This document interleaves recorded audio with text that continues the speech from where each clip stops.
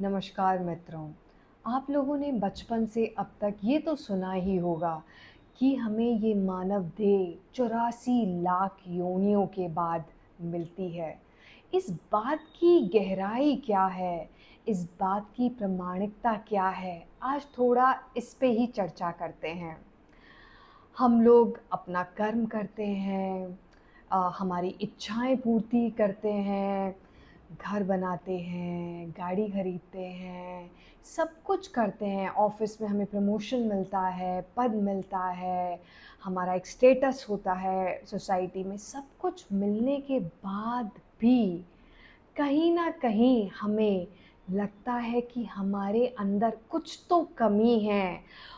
ये सारी चीज़ें हमें क्षणिक सुख देती हैं, लेकिन उसके बाद फिर से वही रिक्तता हमारे अंदर हमें अनुभव होती है। कुछ ऐसा है जो ये आत्मा, जो हमारी जीवात्मा ढूँढ रही है पूर्णता के लिए, उस भराव के लिए।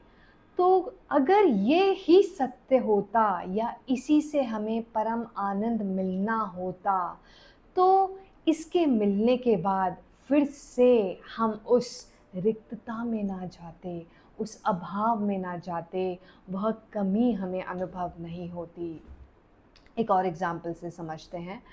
जैसे जानवर हुए, जीव-जंतु हुए, ये सब जन्म लेते हैं। इनका एक पैटर्न होता है।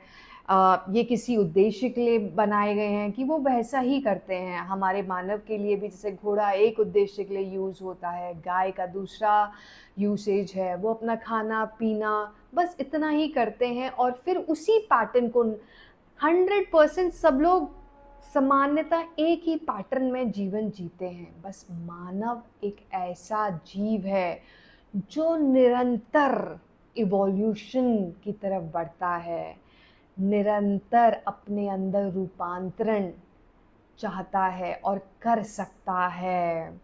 मानव में ही ये कैपेबिलिटी है, मानव देह द्वारा ही हम मुक्ति मोक्ष को प्राप्त कर सकते हैं। मानव देह में जन्म लेकर ही हम अध्यात्म की यात्रा कर सकते हैं। इसके ऊपर थोड़ा-सा और कुछ कहानी से, कुछ प्रामाणिकता से और गहराई में उतरते हैं। जैन शास्त्र में एक कहानी है जिसमें एक मेधा कुमार राजकुमार के बारे में वर्णन है, जो बाद में महावीर जैन के शिष्य बने। तो मेधा कुमार महावीर जैन की कृपा से जब उन्होंने अपना पूर्व जन्म देखा, तो उन्होंने पाया कि वह एक हाथी थे अपने पूर्व जन्म में और वह एक जंगल में रहा करते थे। जंगल में आग लग जाती है। आग लगते ही सारे जानवर इधर-उधर भागने लगते हैं अपने आप को बचाने के लिए और ये हाथी भी भाग रहा था अपने आप को बचाने के लिए।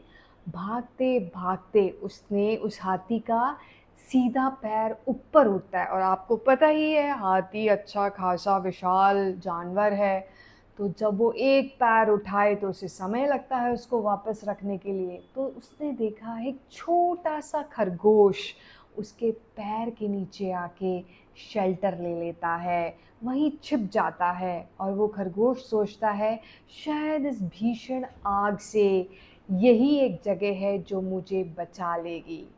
हाथी में उस वक़्त कुछ भीतर घटता है, करुणा का उदय होता है और वह सोचता है कि यदि मैं अपना पैर वापस नीचे रख दूँगा, तो ये खरगोश मर जाएगा। तो वह अपने आप को रोक लेता है और उसी पोज़ीशन में वो खड़ा रहता है और फिर आग बढ़ती जाती है जंगल में और वो हाथी उसी आग में जलकर मर जाता है। लेकिन जो उसके अंदर करुणा का उदय हुआ, जो रूपांतरण हुआ कि अपने स्वार्थ से बढ़कर उसने किसी और की जान बचाना की चॉइस रखी, उससे उसके उस पुण्य कर्मा से उसका जन्म एज़ राजकुमार होता है और एक राजा के घर में जन्म लेते हैं, जहाँ पे उसको सभी सुख-सुविधाएँ मिलती हैं। और बस इतना ही नहीं, उसे उसी जन्म महावीर जैन जैसे महापुरुष मिलते हैं, जिसके सानिध्य में वो अपनी आध्यात्मिक यात्रा आगे बढ़ाते हैं।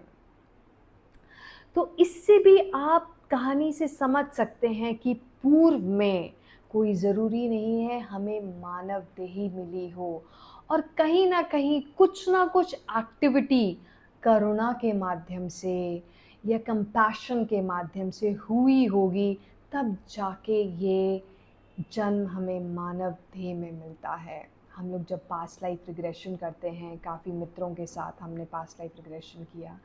कुछ लोगों को ऐसे अनुभव हुए जिसमें किसी ने अपने आप को पेड़ पाया। एक कपल थे, तो उन्होंने देखा कि वो दोनों पेड़ थे जो आमने-सामने थे, और इस जन्म में वो कपल थे।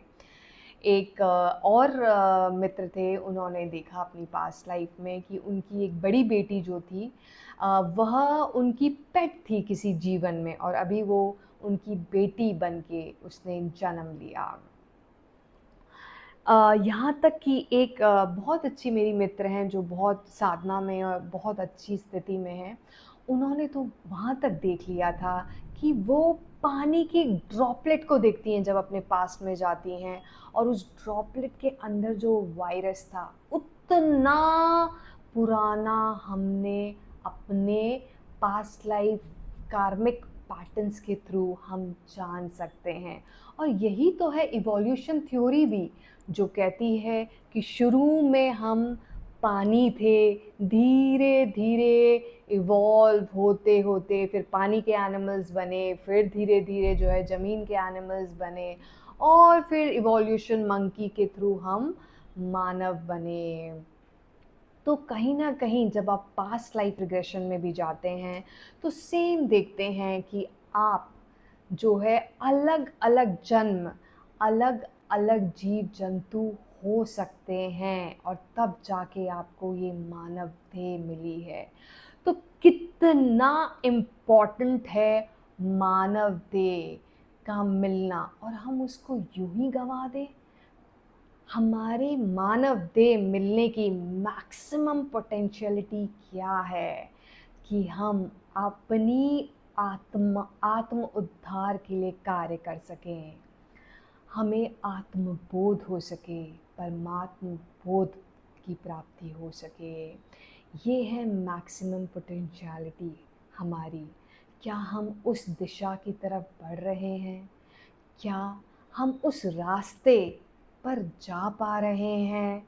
या मैं जैसे कई लोगों से मिलती हूँ जो अपने 60s में हैं और अपने अच्छे पास्ट में अच्छे ओहदे पे थे। कई हो सकता है फोर्सेस में रहे हों, कई मैनेजर्स थे बैंक में, जो कहते हैं जब पीछे मुड़ता हूँ तो वो एक स्वप्न जैसा लगता है, और कहीं न कहीं लगता है अभी भी सब कुछ प्राप्त किया, वो पद प्राप्त किया, वो प्रतिष्ठा प्राप्त की, पैसा कमाया, लेकिन कहीं न कहीं वो सैटिस्फैक्शन और कंटेंटमेंट मिसिंग है। इस बात को हम अपने शास्त्रों द्वारा भी समझते हैं। श्रीमद् भागवत महापुराण में ये वर्णित है एक श्लोक, लब्ध्वा सुदुर्लभम इदं बहु संभवन्ते मनुष्याम। ये मनुष्य जीवन बहुत ही दुर्लभ है। इस जीवन, मानव जीवन को हमें मुक्ति मोक्ष प्राप्त करने हेतु लगाना चाहिए। गरुड़ पुराण में भी एक श्लोक है जो कहता है, मनुष्यत्वं दुर्लभम लोके विद्या तत्र सुदुर्लभा। अर्थात मनुष्य जन्म दुर्लभ है, उससे भी दुर्लभ है कि हम उस ज्ञान को प्राप्त कर सकें। यदि ये ज्ञान हमें प्राप्त हो भी गया, उस ज्ञान के प्रति हमारी श्रद्धा हो, हमारा भाव हो, वह ज्ञान सिर्फ एक ज्ञान ना हो, हमारी अनुभूति भी हो, ये भी बहुत ज़्यादा ज़रूरी है। तो प्यारे मित्रों, अब इस दिशा में आगे कैसे बढ़ना है, कैसे हम जाने हमारे जीवन का लक्ष्य क्या है, हमारे जीवन में हमारी मैक्सिमम पोटेंशियलिटी क्या है, आत्म उद्धार के लिए हम क्या रास्ता पकड़ें, किस दिशा में जाएं, ये हम अपनी आगे आने वाली वीडियोस में बात करेंगे। तब तक के लिए धन्यवाद।